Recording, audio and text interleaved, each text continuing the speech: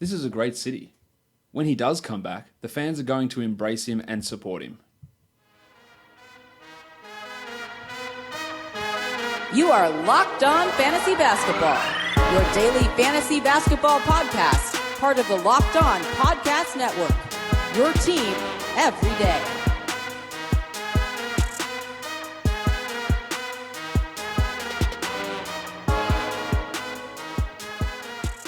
Hello and welcome to the Locked On Fantasy Basketball podcast brought to you by Basketball Monster. My name is Josh Lloyd and I am the lead fantasy analyst at basketballmonster.com, and you can find me on Twitter as always at redrock_bball. Today we're going to be looking back at a busy Tuesday, 10 games in the NBA, and then previewing 5 games for Wednesday for DFS. Michael Bolton. Let's get to it. Let's get to it indeed. We will start where we always do with Monstrous Line of the Night. And it is also the Deep Leaguer of the Night and the Waiver Wire Line of the Night. Because Christian Wood went absolutely bananas for the New Orleans Pelicans. Wood, who has, I've talked about him in bits and pieces on this show over the last 2 or 3 years. He had some immaturity issues off the court, but his statistical profile always made him look like an absolute fantasy monster in the making. Just never had that opportunity. Finally, the opportunity came. He played 32 minutes for the Pelicans, had 23 points with 9 rebounds, 1 3, 1 assist, 3 steals and 6 blocks. He was 7 of 9 from the field, and he was 8 of 14 from the free throw line. Obviously not that good. Now, looking at what his numbers have been this season aren't really all that instructive for us. Let's take a look at what he's done over the G League this season, playing for Wisconsin. He was a member of the Bucks earlier this season. He's had stints in Philadelphia and in Charlotte over his NBA career. So in his 28 G League games this season, 29 and 14 in 35 minutes, 2.5 assists, over a steal, 2.2 blocks per game, hitting a 3 a game, 56% shooting from the field, and 76% from the free throw line. So not a great free throw shooter, not as bad as what today's would indicate. Blocks shots, gets steals, monster rebounder, can score, can stretch out as well. Now, he got way more minutes than both Cheick Diallo and Jahlil Okafor in today's game, and I think Okafor's spot in the rotation is cooked. I think Wood will take that spot. Now, when Anthony Davis returns, if he returns with his back spasms, I wouldn't be surprised to see Tone miss a few games here. I think that Wood has a real chance at 20-plus minutes down the stretch of this season. Does that make him a must-roster guy? I think that's probably pushing it just a little bit too far because, again, we don't know Davis's status, but if Davis is out, and in April especially, I think you're going to have really big Christian Wood type performances. He has only done it once on an NBA stage, but he has had moments before where he's shown these flashes, and coming from his G League numbers, his college numbers, he always looked like this really, really interesting fantasy guy, the prototypical excellent fantasy producer. It's just getting him on the court and making him be there consistently. That is the worry. If you're in an 18, a 16 team league championship week, he's worth having a look at least. The Pelicans play again on Thursday and they play again on Sunday. So you're going to have some value in using him there. If Davis doesn't play especially, I think Davis is more at risk at missing the Thursday game rather than the Sunday game, but there's a chance that these back problems linger and he's questionable every game and he ends up sitting out with these back spasms as their way of shutting him down for the season. I think that's realistic. There are only, for the Pelicans, they only have a few games left this season. I think there's only 6 games left for the rest of the season for the Pelicans, and Wood, I think, will be an active part of the majority of those. It's just all coming down to the minutes. So deeper formats, sure, 16s, 14s, you want to take a flyer, you're in deep shit after 2 days in your final matchup, and you want to take that flyer to see what happens with 2 more games left this week. But remember, it is only 2 more games left for Woody for this week, whereas streaming that spot, you can get someone in Wednesday, Thursday, Friday, Saturday, Sunday. 5 versus 2. In general, the 5 games are going to win out rather than 2, which might be 10 minutes. He might play 15 minutes. He might play 20 minutes. So it is worth mentioning. It's worth looking at. But a lot of the time, streaming that spot is going to give you better value, would be my guess. Make sure you guys are checking out the new Himalaya podcast app as well. New app for you guys to check out in terms of cataloging all your podcasts and making a nice, easy podcast listening experience. So we can go straight through waiver wire and deep leaguer of the night because that is all Christian Wood, and straight onto the Young Gun of the Night. And the young gun of the night is Trae Young of the Atlanta Hawks. Comes from the same game against the Pelicans. Young played 31 minutes and had 33 points with 5 threes, 1 rebound, 12 assists and a steal. He was efficient, 12 of 24 from the field. He was 4 of 5 from the free throw line as well. And his massive run to end this season continues. Over the last 2 months, he's the 24th ranked player. He's 60th over the course of the season because of that poor start, but over the last 28 games, 45% from the field, including 40% from 3. I think he's almost a guaranteed top 50 guy next season. He's probably a third round player next year, and I don't think that it's crazy to think that he can get there. In those last 2 months, he's averaging 24, 4, and 9 with 2.8 triples and only 0.7 steals. If those 0.7 steals go to 1 steal a game, then he's a top 16, top 17 guy. I never would draft him in that area. But with how he is fitting in the modern NBA, now his usage is pretty high, but it's not extraordinarily high, 30%. That's not stupid crazy. It's high, and it might drop down depending on what happens with this team in the draft. But you could expect him to see his steal rate rise. The assists are already high. The free throw rate is already high. And that was one of the big selling points on Young coming into the NBA is his college free throw rate and his ability to draw fouls. And it has translated, much like Doncic. That's what give guys a huge base to step up into that top 20, top 15 range. I didn't think Young would necessarily get to this level, especially this season. I thought he could maybe push the top 50. I didn't think we'd be talking about him as a potential top 20 guy. But we're here with him at the moment, putting up those numbers and doing it consistently right at the right time of the year for fantasy playoffs. The dud of the night is Eric Gordon of the Houston Rockets. Clearly the ankle was bothering Gordo because he was piss poor. He had 23 minutes, missed all 7 of his shots, did not score, had 1 rebound and 1 assist. That is it. I think with everyone healthy on this Rockets team, he's not a must-roster guy, and the numbers would back that up. He's actually the 158th ranked player over the course of the season. Not a 12-team league guy. Over the last 2 weeks, 194th. You can find his value in so many other guys. You want some threes? Get Wayne Ellington, who doesn't do anything else apart from hit threes. Gordon just does nothing else and is not someone that we really need to be looking at as a 12-team league guy. And if you still got him in 12s, move on. He's actually at that spot where he's maybe not even a must-roster 14-team league guy. And this is the case with him over the last couple of seasons, that when Chris Paul and James Harden are healthy and playing, then he just doesn't have that same level of value. It's pretty clear. It's stark. When one of those guys sits, his value rises. But now he's dealing with an injury of his own, and I think he is a pretty clear drop across all 10 and 12 and probably 14-team leagues with the way that Eric Gordon is going at the moment. The plus-minus GOATs, well, the worst net rating was Gordon, a negative 105.4, while the best net rating went to Pat Connaughton, a plus 86.8. He really stepped up with the Bucks dealing with the Mirotic injury, the Brogdon injury, and now the Snell injury. Putting together some strong performances is old Patty Connaughton. Let's talk some injuries. Drew Holiday's out for the rest of the season, had surgery on his abdominal issue.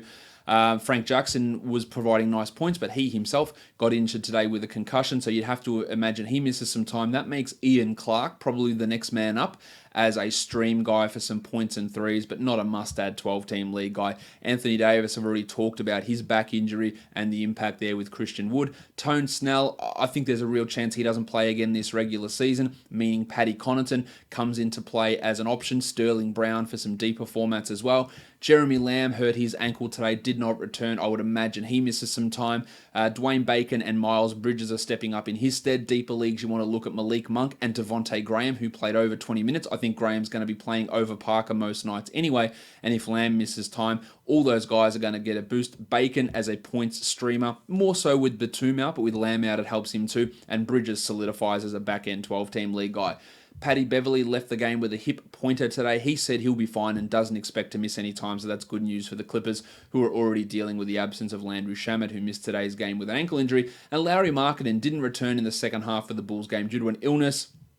They were already without Chris Dunn, Otto Porter and Zach LaVine. So then Markkanen went out to deal with his fatigue. Whether he plays on Wednesday remains to be seen. If he doesn't, I think you'd feel okay about dropping him just to get those extra games in championship week. If he is out, it's someone like Wayne Selden and Timothé Luwawu-Cabarrot who get a boost. Chris Felicio gets a boost in deeper leagues, playing all those backup minutes behind Robin Lopez, as they won't be able to switch Markkanen across there. Obviously, while Brandon Sampson's the guy who actually replaced Markkanen in the starting lineup, that would have some 20-team, 18-team appeal if this does cause Lowry to miss some extra time. Other injuries, talked about it already. Frankie Jackson suffered a concussion. He is going to miss time, while the Jedi, OG Anunoby, hello there. he also suffered a head injury, did pass the concussion protocol, but will have another test tomorrow to see. Sometimes concussions can be delayed. He's only impacting deeper leagues at this point. While Trevor Ariza came back, I thought really quickly from this groin injury. He was initially listed as doubtful for this game and then got quickly upgraded to questionable and then started the game, and then 7 minutes in, hurt his groin again. You would have to imagine that the next week of games for Ariza is probably out, and the rest of the season is in serious jeopardy now for Trevor. Troy Brown's been starting in his place, but he's not worthy of a 12-team league ad. He's more of a 14, but probably even more 16-team leaguer. And then with the change up in starting lineup, Jeff Green and Jabari Parker get a little bit of a boost now if they're going to limit the Bryant and Portis minutes in Washington. You're still holding Portis, you're still holding Bryant. Parker for Wednesday and Green for Wednesday could be interesting stream guys, while Brown, again, is just more of that deeper league option with his... he really struggled in today's game against the Lakers as well. Let's look at these games now in some more detail across the NBA. There were 10 of them, a very, very busy day in the league. The first game up on the slate we look at was the San Antonio Spurs and the Charlotte Hornets. This game went to overtime with the Hornets winning 125-116. Aldridge was big again in 43 minutes, 20 and 15, while Rudy Gay stepped up quiet the last couple, but 16 and 9 here, while Jakob Poeltl, starter in name only, 7 and 7 on his 3 of 3 shooting. He's not a must roster 12-team league guy. Gay is a fringe player. Derek White, absolutely horrible shooting, 0 of 10 from the field, but 5 rebounds, 7 assists, 2 steals, 2 blocks. This is a guy who's had a consistently good field goal percentage for big chunks of this season, and you expect that to come back around, and then that line looks absolutely amazing. I understand the feeling of dropping him, and I think that in certain circumstances that's warranted, but I don't think it's a blanket drop because that line overall is pretty good. On the flip side, you look at Bryn Forbes, who had 16 points with 4 triples, and you go, that's a much better line, but he did nothing else. 1 rebound, 2 assists, 0 steals, 0 blocks. In fact, White's performance, I think, is a better fantasy performance overall for Forbes. But as usual, and especially at this time of the year, that would depend on what your team looks like and how your battle's going, how your opponent's team looks. So, again, if you come to me with a question on Twitter and you ask, do I add JaVale McGee or do I add Kentavious Caldwell-Pope? Well, it's going to depend 100% on your team, and that's how it should be working really any point in the season for fantasy. Bellinelli had a weirdly big game, 17 and 10 with 5 threes. I wouldn't rely too much on that one. For the Hornets, the Baconator really stepped it up. 24 points for Dwayne Bacon in 36 minutes. 6 rebounds, 3 steals and a block. Shot the ball well. The minutes are up with Batum out and now Lamb out. When Nick does return from this illness, which has cost him way longer than I anticipated, Bacon goes back to more of a 14 or 16 team league guy. Kemba was great, 38, 9 and 11, while Miles Bridges, 10 points, 5 rebounds, 3 assists, a steal, and a block. Now, that wide-ranging contribution is what's going to bring fantasy value from Bridges and why you should look to add him. Frank the Tank played 32 and had 15 and 10. Biyombo is trash and he shouldn't be getting any of these minutes, but he's only playing 13 as a starter. While Bill Hernan-Gomez, 22 minutes, 10 and 4 with 2 blocks. Him and Kaminsky, Hernan-Gomez and Kaminsky, are more your 14-team league guys, while Devontae Graham, an interesting assists stream guy. He played 22 minutes here with Tone Parker active, but not getting into the game against his former team. The next game was the Celtics beating the Cavs on the road. Kyrie rested in this one, so Marcus Smart went crazy. 21, 6 and 4 with 3 steals and a block, while Terry Rozier was pedestrian, 11 and 5 with 2 steals. The Celtics do have a back-to-back the rest of this week. I think Irving does play in both of those, but that's far from guaranteed. Horford seemed to be a little bit limited in his minutes. 19, 8 and 5. The production was great. Tatum was good, 21, 5 and 5. 5 and 4, while Jaylen Brown was piss poor. 9 and 6 in 18 minutes. He normally does step it up when Kyrie's out, but that obviously wasn't the case here. The Celtics also made a change to their starting lineup. Bainesy moved into the starting lineup in place of Marcus Morris, but their minutes remain very similar to what they usually are. 29 minutes for Morris. Baines played a bit extra, 25. It doesn't change their value. Baines is just a deeper league guy. This is not a guaranteed change to the starting lineup moving forward. Brad Stevens said he'll look at it on a game-by-game basis. While Morris is more your 14-team league guy. For the Cavs, they also changed their starting lineup. I was ready to rip Larry Drew a new arsehole, but Larry Nance did play 31 minutes coming off the bench, 13, 3, and 7. And I don't care if he comes off the bench or he starts. Those minutes have got to be there. He's a must-roster guy. Tristan Thompson started, only 18 minutes. God knows why. 7, 3, and 2, and obviously just a deep league guy. While Kevin Love was atrocious. He had 10 points on 13 shots. The 11 boards and 4 assists are nice, but a disappointing night. The Padawan Colin Sexton had his 24 points. He did it decently, efficiently. He did very little else. This is the Colin Sexton story. He can be a real help in points leagues and in points stream situations with decent efficiency, but when a bad night hits, he can't rescue it like Derek White can with those other peripheral numbers, because if he has a night where the shots don't go in, then you get 8 points with 1 rebound and 1 assist and nothing else, and it looks disastrous because he just doesn't do anything in those other areas. Chetty Osman was good here, 15 and 7, but probably more of a 14-team league player. Brandon Knight also really terrible the last couple of games. The Chicago Bulls and the Toronto Raptors, a really comfortable victory for the Raptors, 112-103. With all those injuries in Chicago, Wayne Selden played 40 minutes. He had 20 points with 3 steals. I think if these guys are going to continue to be out, Seldo can have some value. Big Shaq Harrison. Big Shaq. 15 points, 5 rebounds, 5 assists. How many steals? 2 + 2 is 4. -1, that's 3. Quick maths. Yes, another 3 steals for Big Shaq Harrison, the elite steals streamer. He probably is a 12-team league guy, rostered in allegedly 1% of Yahoo leagues. 14s, 16s, 18s, 20s, you got to add him, and he's even a 12-team league consideration guy. Ryan Archer-Jacquino, 13 and 6 with 2 steals for Arch in those 30 minutes. If Levine is out, he has some value, but it's more of a 14-team league scenario. While Robin Lopez's production has dropped way off, and if you need to stream in someone, you probably wait till after Wednesday, but 10, 4, and 3 doesn't cut it long term. Markkanen, as I said, didn't return for the second half. For the Raptors, the fun guy, Kawhi Leonard. I'm a fun guy. 14, 4, and 5, and 6 steals in only 22 minutes. No need to extend himself. 21 minutes for Kyle Lowry with 6 assists, while Serge Ibaka really looked good here. 16 and 8 with 2 blocks, but only 23 minutes. I think you're better served not having him on your 12-team league roster. Same with Marc Gasol. Oh, hi, Mark. Gasol played 20 minutes, 2 points, 6 rebounds, and 2 blocks. It's hard to justify holding both of these guys. Well, Jody Meeks finally got into a game for his team. Yes, he plays for the Raptors. He had 2 points in 5 minutes, while Dan Green only 15 minutes, as Nick Nurse really went easy in this one and still got almost a double-digit victory. The Orlando Magic beat the Miami Heat. Massive for Orlando to push themselves into that playoff discussion. 104-99, and they were down big at halftime as well. Vucevic was excellent once more. 24, 16, and 5. Remember all the panic about him. Because he's going to get traded. Mo Bamba's going to take over, which I bought into a little bit, but not as much as maybe some other people. But he has been just one of the most consistent players this season. It's been ridiculous. While my man Johnny Isaac, this is why I like Isaac. 19 and 6. 3 triples, a steal, and 2 blocks. Now, he's not going to be this aggressive offensively usually, but it's that ability to bring the defensive numbers, and if the offense comes around, he's a consistent top 50 player. As for now, he's probably on the fringes of 12s, but that's strong. DJ Augustin bounced back, 17, 4, and 7 despite poor shooting. Love him as a 12-team league guy. While Fournier was okay, but enough to at least hold on to him. Aaron Gordon had 14 and 10, and Terry Ross is a back-end 12-team league guy, probably more a streamer. For the Miami Heat, Dwayne Wade, 22, 7, and 7 with 3 steals. His play this year has been unbelievable. They are pushing for this playoff spot. I think his minutes are going to be up. I think he's worth looking at for 12s. Well, Dion Waiters had a big game here, 26 with 5 triples. He is so unreliable, though. His playing time's unreliable. When Winslow is back, I think Waiters loses quite a bit here. Richardson, 17 points, 6 assists. The shooting's still a disaster, but otherwise the production's good. Well, I think we can drop Hassan Whiteside pretty comfortably. 10 points in 15 minutes, while Bam Bam Adebayo. Bam! Bam!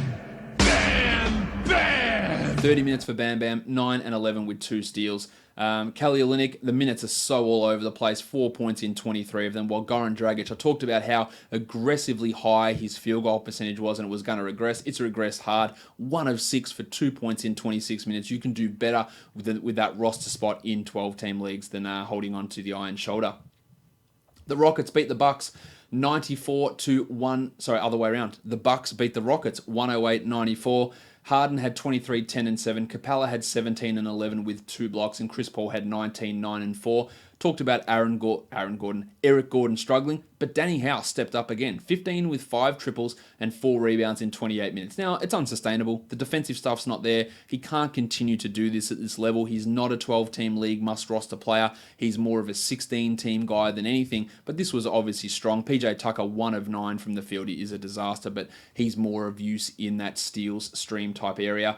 For the Bucks, got to talk Pat Connaughton here, who was great. 14, 7 and 4, 4 triples, 2 steals, 2 blocks. Only took 5 shots, hit 4 of them, but it's filling up those other box scores. And as I said, I think Tone Snell and Malcolm Brogdon and Nikola Mirotic may not play again this regular season. Over the last 2 weeks, Connaughton's a top 75 player. The minutes look like they can withhold at least the rest of this week, maybe next week. I think Patty is worth looking at. The Bucks play again on Thursday and on Sunday. He's absolutely a worthwhile stream. Yanni had 19 and 14, while Bledsoe had 23, 3 and 7 with 2 blocks. Big games from those guys. Sterling Brown started in place of Snell, who was starting in place of Mirotic, who was starting in place of Brogdon.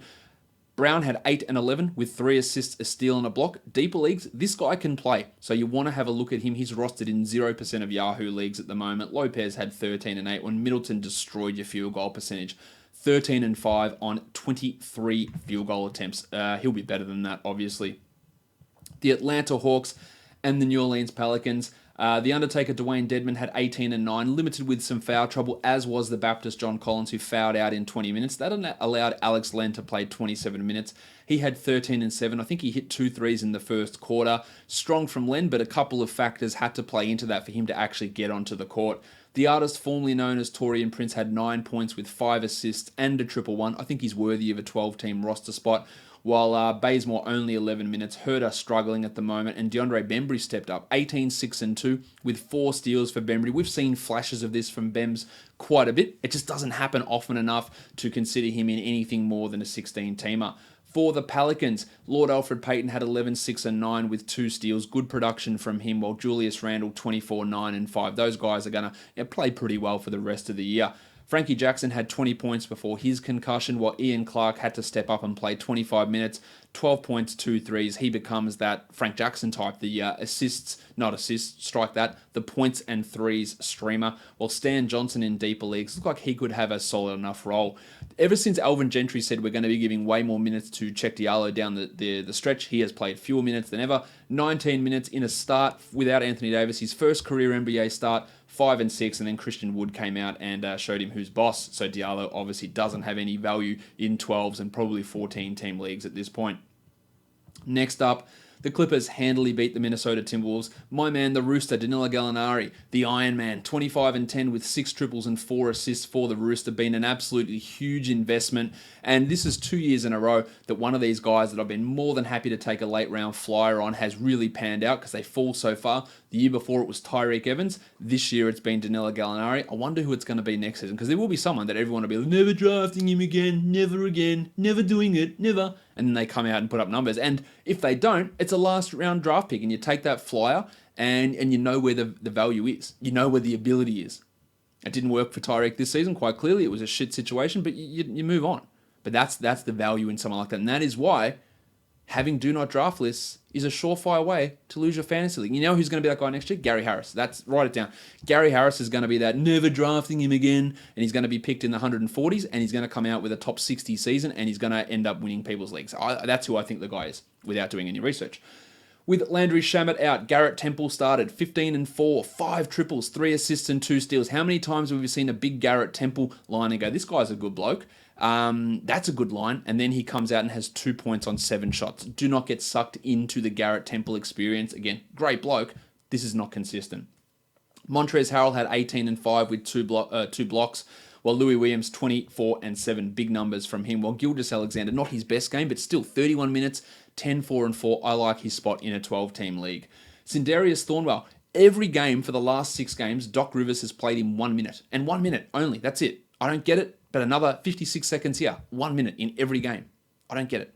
Anyway, for Minnesota, maybe there's something in Thornwell's contract that has like per game average numbers. So Doc is playing in 1 minute in every one of these games, so it counts as a game and drops all these averages right down.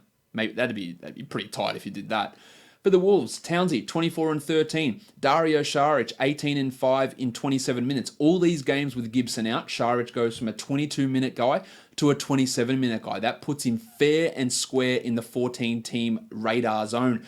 Josh Okogie, only 9 points, but 3 assists, 3 steals, and a block. He's a 14-team league guy. He's a steals streamer. You add Marcus Smart over him for steals. I think you add Big Shaq Harrison over him for steals. Big Shaq. But he's in that zone, while Tyus Jones, 13, 2 and 8. I prefer Jones over Okogie for 12s. Wiggins had 22, 3 and 3.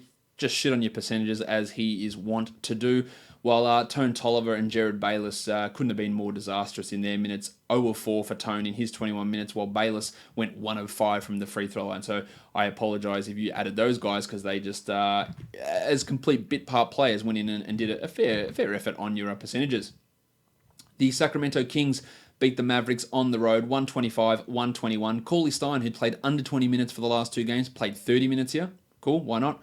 16 and 7 with a steal. He's more of a fringe 12-team guy than a must-roster guy. Bud Hield and De'Aaron Fox were dreadful last game. They weren't too much better in terms of shooting. They were dreadful in shooting. Dreadful in shooting, again, both under 40%, but filled the box score in other ways, while Bogdan Bogdanovic, close to 30 minutes for the second consecutive game, 14, 3 and 5. Now, he had been pushed right down to like 20, 21 minutes a night. There's been a slight switch in the rotation, so Bogdanovic is back on the 12-team radar, while the pencil, Harrison Barnesy,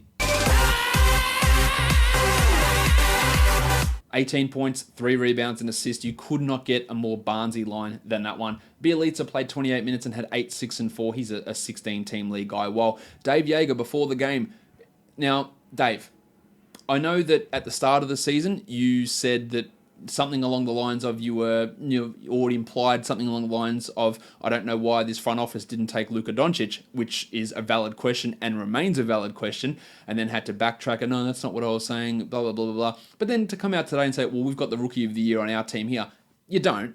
You pretty clearly don't, and that's the situation where you just don't have to say anything at all, and you can make the thing he's sticking up for his guy, but when it's clearly a lie, it feels patronising. Now, I'm not Marvin Bagley. Do I go and go, yeah, coach thinks I'm better than Doncic? Or I just go, Dave, you're full of shit, mate. Like, how can I believe anything that you're saying here? Because, to be fair to me, I've only played 55 games to begin with. I've had 2 knee injuries, and you've kept me on the bench all friggin' season. If you think I'm that good, start me over this Spud Cauley Stein or over Bielitsa. But I'm your rookie of the year. Come on, Dave. There's a real disconnect there. And anyway, to respond to that, Bagley had 14 points and 2 rebounds in only 24 minutes as the Kings rookie of the year festered on the bench so that Cauley Stein could play 30 minutes. For the Mavericks, the real rookie of the year had a triple-double, 28, 12, and 12 in 36 minutes. And finally, he hit his free throws, Luka Doncic, 10 of 11. The free throw attempts should absolutely get your nuts tingling when you think about him hitting them at a high rate. That pushes him into top 15 discussion long term. He's an 80% shooter through his European career. And this year, 65, 66. I think he's at 70 for the season, but the last 2 months has been under 70. But here, 10 of 11. This is why we're excited. A bloke as a rookie getting 11 free throw attempts and getting those numbers so consistently that if they fall in, the value is there. That was great from Doncic. Dwight Powell, man, what a second half he's had. I hope you guys grabbed him at the trade deadline because he's been a monster. 21 and 13 with 4 blocks. Kleber also coming on strong now. 17 with 4 triples and a block. He's actually in 12-team discussions as well. While the burner, Jalen Brunson's been a little bit quiet lately, but 15 points, 3 triples and 3 assists is still worthy of at least a consideration spot. Ryan Broekhoff is a better player than Justin Jackson. He got more minutes than Justin Jackson. He should continue to get more minutes than Justin Jackson. He can be that 3-point streamer, probably 16-team leagues. He had 11 points with 3 threes, and it's 3 consecutive 20-minute games for Broekhoff, and he's hitting threes in them, while Jackson is trash, and this is who he is. 2 points, 1 rebound in 17 minutes. He has those games where he scores. It comes on weird high volume and high efficiency, and when it's not there, he cannot contribute. They should be giving these minutes to Brokoff, and it looks like they are. So he's an interesting deep league sort of an ad player. Is our old Ryan Brokoff. I think he shot about 47% from 3 in Europe last year. The next game, the Detroit Pistons and the Denver Nuggets. The Nuggets squeak one out, 95-92. Griffin had 29 and 15 on 32 field goal attempts. Drummond had 13 and 17 with 2 steals and 2 blocks, while Reggie Jackson, who'd been 24 minutes a night for the last week or so, played 31, had 17, 4 and 5. That's strong. I don't trust it, and I think he's more a 14-team league guy.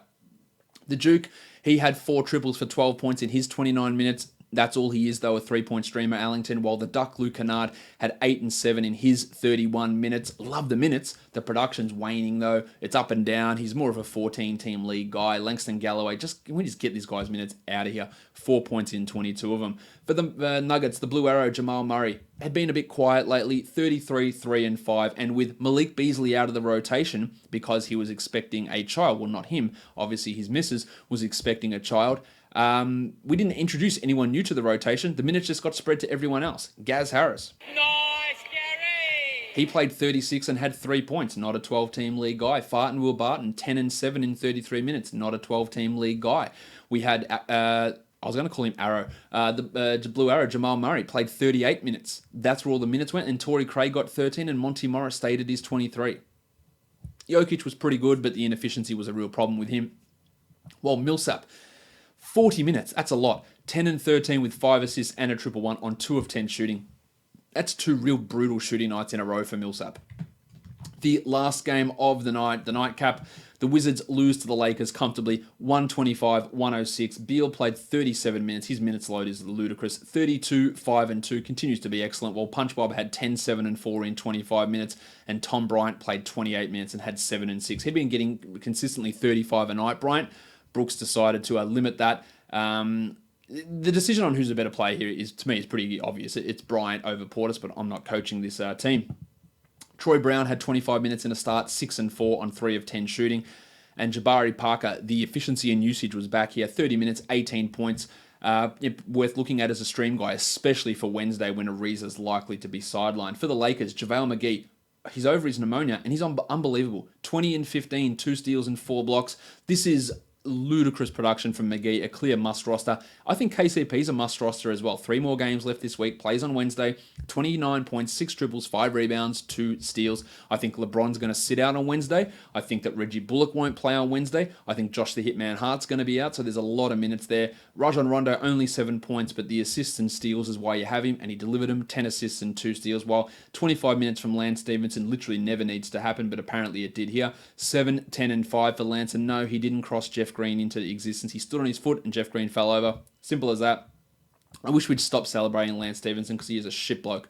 The future MVP, Kyle Kuzma, 15 points in 30 minutes on 15 field goal attempts. And this is going to sound like a hot take. Maybe it is.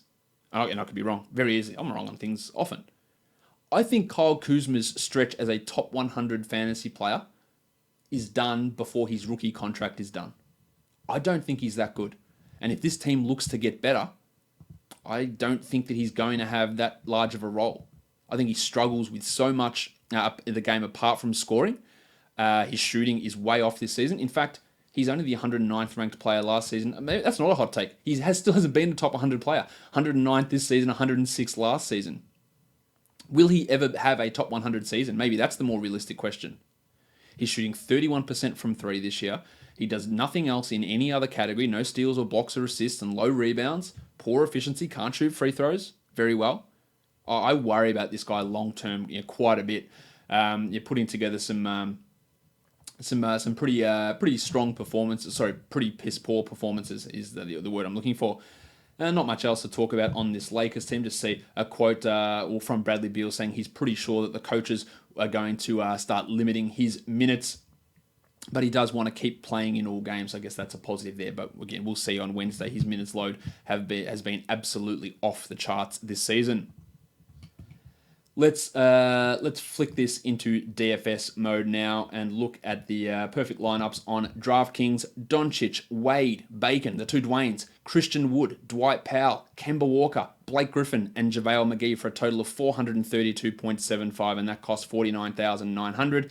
And on FanDuel, Kemba, Trae Young, Doncic, Wade, Bacon, DeAndre Bembry, Dwight Powell, the Woodsman, Christian Wood, and Nikola Vucevic for a total of 435.6, and that cost $59,800 dues. All right, guys, let's talk some DFS for Wednesday's games here in the NBA. We're going to be focusing mainly on DraftKings pricing. The first game we look at is the Golden State Warriors traveling to take on the Memphis Grizzlies. There's no spread or total at this point. I guess Vegas is just waiting to see the status of Mike Conley, who missed last game with some thigh soreness. If he is out, you're going to get a bunch of value for guys like Tyler Dorsey, Delon Wright, Bruno Caboclo, all these guys who really shined through last time for Memphis. No injury concerns at this point for Golden State. I don't imagine anyone's going to be sitting out, but it is always something that we have to pay attention to. At point guard, Conley himself at 7,400. If we hear that he's going to play, and it is the first game of the night, I really like him at that salary. He had been putting up 45 a night over his last 5 games before this mystery ailment crept up, and that's a really, really good price for Conley, but of course it's something we have to watch. As for Steph at 8,900, he's been a 40-plus guy majority of the time. I think he's probably more of a tournament guy with the potential blowout scenario, but if Conley's in, I'd feel okay about looking at Steph here. He's not the best play on the board, but with only 5 games on, there is something to see there with Curry. Tyler Dorsey at 4,500. I like that irrespective of if Conley plays or not. He started the game prior to that for Avery Bradley, even when Conley was playing. He is a little bit hit or miss, but the hits are pretty high. While Delon Wright, similarly, even off the bench, he is a value play. Now, at 5,600, his value is decreased a little bit if Mick does happen to get on the court, but still averaging some pretty big numbers, 30 a game over his last 5. He would be a strong cash guy if Conley's out, more of a tournament guy if Conley plays. For the shooting guards, Clay's at 7,000. I think you'll find better options than that out there. While Justin Holiday turning it on at the right time of the year, 4,600, he becomes a good option if Conley is sidelined. Otherwise, more of a tournament guy. Caboclo had a career high last game, 48 points. 48 DraftKings points in 35 minutes. It's unrealistic to consider him as that level of an offensive producer, that level of a shooter. But at 4,400 in a potential, almost guaranteed another start, he is in play here for sure. His roster percentage will skyrocket though, while Kevin Durant at 8,700, probably a little bit more favorable than Steph because he's $200 cheaper, but his recent production hasn't been great, just a 36-point average over his last 5. Chandler Parsons, that looks to have dropped off after a little strong run from Parsons. For the big men, Joakim Noah is out for the Grizzlies, so Ivan Rabb will slide into that backup role. At 3,600, he is maybe interesting as a tournament guy, most likely not interesting, but there is at least something to pay some attention to with him. While Boogie Cousins at 7,200, I love that salary for Cousins. I think he could really give you a 40 or a 45 pointer here, which is good value. While Jonas Valanciunas is all the way up at 7,700 because he's putting up huge numbers, 49 average over his last 5. The matchup's a decent one for Jonas. I think there's an element of risk here with him just because that salary has pushed up that much, and that might lead me to probably fade off him. Draymond's at 6,200. I don't really see the appeal in green at that sort of a salary. Let's look at it over on FanDuel now. Now, Rab at 36, still got that tournament appeal. I like Bruno at 46. I like Jonas at 8,400. Justin Holiday at 44. But the guys like Delon's up to 62 and Tyler Dorsey's up to 5. It's hard to use those guys if Conley plays, but if Conley's out, I think they both beat that value pretty comfortably in that situation. The next game that we take a look at, the Portland Trail Blazers and the Chicago Bulls. No spread or total at this point. Lots of really, really interesting things happening on that Chicago side. We know that Yusuf Nurkic is out for the Blazers. I imagine they'll start with Enes Kanter, but Zach Collins will get equal minutes or perhaps even more minutes there, and it's a really good matchup. The Bulls are likely, or they're going to be without Otto Porter. They could be without Chris Dunn, Zach LaVine, and Lauri Markkanen as well. Markkanen left Tuesday's game due to an illness or a feeling of fatigue. LaVine's dealing with a thigh issue and Dunn's dealing with a back problem. So value could be opening up right across this entire game. Really, there's a ton of stuff that could happen here. CJ McCollum out for the Blazers as well. At point guard, I love Seth Curry, 4,200. He's playing 30 minutes a night. He's producing in those in those minutes and putting up good numbers. I like him for cash a lot. Big Shaq Harrison. Big Shaq. He's at 4,900, replacing Otto Porter. He's giving us 30 a night. Again, love him for cash as well. While Damo Lillard at 10.3. even if he only plays 28 minutes against this shell of a Bulls team, he should be able to get 50 points pretty comfortably without Nurkic and without CJ McCollum. Chrissy Dunn's at 57. I don't think that he will play, but we're not sure yet. Levine at 76. Pretty stunned if both of those guys play. And even if they do, I think their minutes might be down. That opens things up for Antonio Blakeney as a GPP option. Ryan Archer-Jacquino at 4,100, who could be a cash guy if both of those players sit out. But they're not massively high upside guys. A high upside guy we do want to look at is Wayne Selden, who dropped 31 points in 40 minutes on Tuesday at 3,600. If even two of those three guys, Markkanen, Levine, and Dunn, are out, I think that Selden at that price really does work in your lineup. Now, guys like Shaq Harrison and Seth Curry are probably preferable, but Selden is absolutely an option in that scenario. While Luwawu Cabarro could get some extra minutes as well, I like Selden more than Timotei. For the small forwards, you've got Mo Harkless at 4,300. Love Mo here. He's going to have to take on a larger role, more rebounding, more scoring. Like him quite a bit. While the Chief Al Farouk Aminu, Sometimes it may be good, sometimes it may be shit. he's been struggling a bit. He's an ultimate GPP sort of an option in this situation with Nurkic out. For the big man, Enes Kanter's at 5,000. Gotta love that. Now, that's a $1,000 price rise for Enes, but he should be getting you 30 plus in this one, so he is huge. Zach Collins, a massive matchup, a great matchup, $4,000 as well. I would probably have Kanter over Collins, but Collins is an excellent option as well, who'll play some power forward and at center, while Markkanen at 6,700, obviously risky to use him at this point. Robin Lopez's minutes and production have really dropped off, so I'm not super keen on using him here, while Jake Layman continues to start and continues to be as underwhelming as you possibly could be. On FanDuel, Big Shaq Harrison at 48, I'm in on that. Zach Collins, Seth Curry, Enes Kanter. Now, Kanter's all the way up at 6,500 on FanDuel, so it takes him away from being a 100% lock. And in fact, in tournaments, I think that's a fade situation because I think his roster percentage will be pretty high, and it might enable you to get away from him and get yourself a little bit of differentiation. I like Mo Harkless on FanDuel. I like Dame Lillard on FanDuel quite a bit as well. And then Wayne Selden at 3,600 also has a pretty high level of appeal, depending on how all those injuries shake out in Chicago. The next game that we take a look at, the Indiana Pacers and the Oklahoma City Thunder. The Thunder are 6-point favorites. The total 216. The Thunder are reeling at the moment. They're really struggling, losing a string of games, dropping to the bottom of the Western Conference playoff standings. They're going to make the playoffs, of course.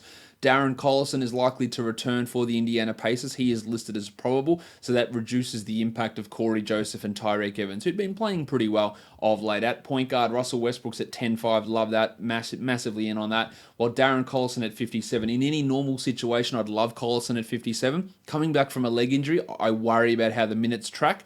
Could be a tournament guy, but that's probably about it. Corey Joseph, he's clearly in fade territory here. While Dennis Schroeder at 5,700, love Schroeder here, putting up big numbers, 32 average over the last 5, should get to 30 again. They're relying upon him a lot. They're cutting Noel's minutes and Markieff Morris's minutes, going small quite a bit. That might change in this one just because of the matchup, but I do think the Thunder are really committing to giving those extra minutes to Schroeder. Wesley Matthews at shooting guard, I don't care for.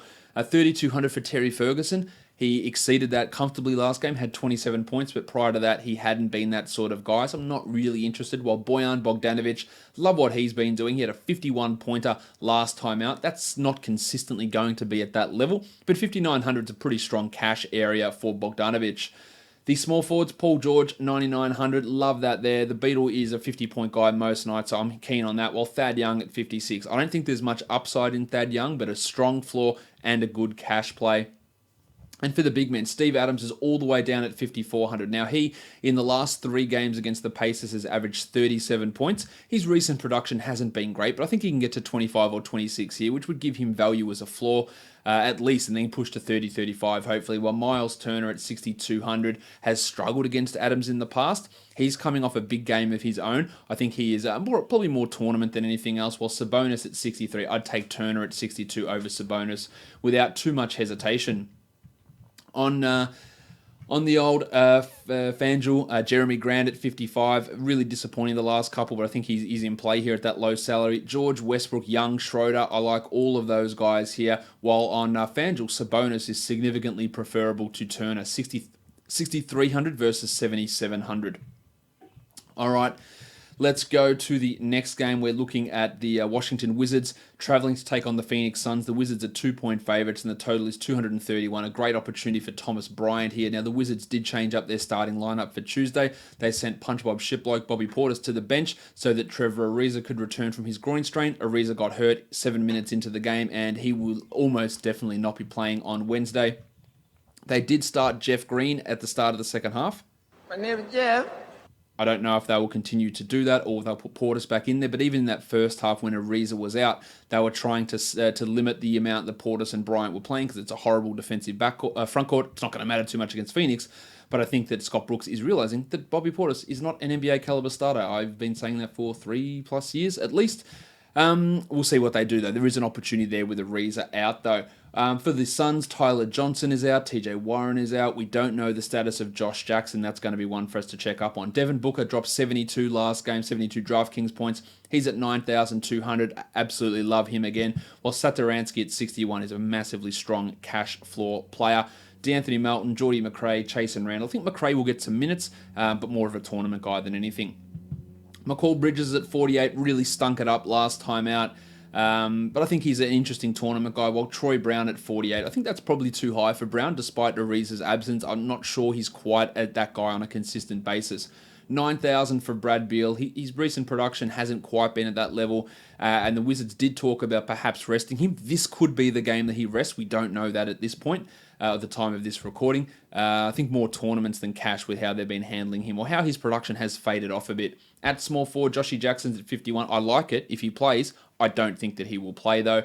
Jabari Parker's at 6,400. An extra opportunity for him to get some more minutes, but still that price is too high to consider him anything more than a tournament guy. Same with Jeff Green at 44.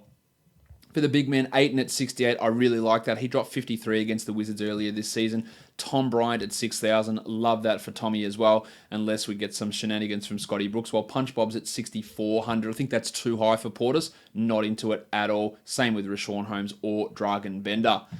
Over on FanDuel, Troy Brown at minimum salary, really like that. Tom Bryant at 67, I like. Ayton at 83. Now, that's pretty high for Ayton, but I think it's worth looking at with some of the price crunches over on some other FanDuel players, while Bridges at 55 is your GPP option. Satoransky at 69 is maybe a bit high, and if I'm taking between Booker and Beal at 10,700 for Booker or 10,000 for Beal, I would probably take Booker with the way that he has been playing of late. Almost a guarantee for 50 with Beal. Again, just fading off and coming off that back-to-back with the potential to either see his minutes dropped or games or be sat out in the game. Try again. Sit out the game in its entirety. That's better.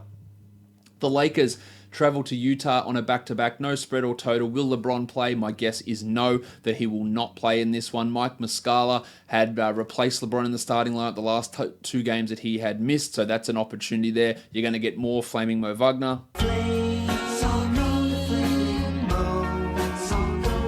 You probably get more Jonathan Williams as well. It boosts the value of guys like Rajon Rondo, of Kentavious Caldwell-Pope also. At point guard, Donnie Mitchell's at 7,900. He's done. He's good. I think this salary is coming down to an appropriate level of him playing with Rubio. We know his points totals drop, but I do like him in a great matchup against the Lakers. While Rubio at 56 has been giving us high 20s in all these games since he's been back, so I like him as a strong cash play. Rondo at 6,000 gets that boost if LeBron does sit this one out. And I think it also boosts the value of Alex Caruso at 4,200, but he's still more of a tournament guy. Jingle and Joe's at 58. Love the floor here. Love the ceiling. Strong play. Korver, not really. Bullock, probably not all that interesting there. He can have some big games occasionally, while Caldwell-Pope had been really solid lately. A lot of minutes coming his way. At 5,200, I think he is in a really good spot. The small forwards, Jay Crowder's at 45. No. Kyle Kuzma's at 66. Always worth a GPP look, but has always the ability to crash and burn. But with LeBron out, I think, or with LeBron likely out, I think it does work in Kuzma's favor. And then for the big men, I love Gobert and Favors here. At their prices on DraftKings, they are strong cash and strong tournament plays in a really, really good matchup. McGee is at 6,900. Giggity. Now, JaVale is playing out of his mind. It is a pretty good matchup for JaVale against Gobert, but he has struggled against Rudy, averaging just 20 points the last 3 times against him. but with the amount of minutes they're giving McGee in majority of games and Chandler dealing with an illness, I think that at 6,900 he is absolutely in play. Muscala, Williams, Wagner, I don't really see any of those guys as anything more than tournament guys, and if there's one guy I'd take a flyer on, it would be Wagner, but even then, I'm not looking too closely at them. On FanDuel, the Don at 9,000 is a tournament guy. I like Gobert at 10,000. I like Kentavious, and I like McGee for cash options. Same with Kuzma and Ingles at 63 and 6,600 respectively. Let's look at some studs and values now. Gobert is my DraftKings stud, and my value is Enes Kanter. On FanDuel, my stud is Paulie George, and my value is Tom Bryant. On Yahoo, my stud is Gobert, and my value play is Tom Bryant. And DraftStars, my stud is Paul George, and my value play is Zach Collins. That'll wrap it up for today's show, guys. Just remember, you can subscribe to this podcast on the new Himalaya podcast app, so download that. You can also find us on Apple Podcasts, Google Podcasts, and on Spotify. And when you're in your car, tell your smart device to play the podcast Locked On Fantasy Basketball and any show across the network, including our relaunched Major League Baseball channel. Follow me on Twitter at redrock_bball. Guys, we are done here. Thank you so much for listening, everyone. See ya.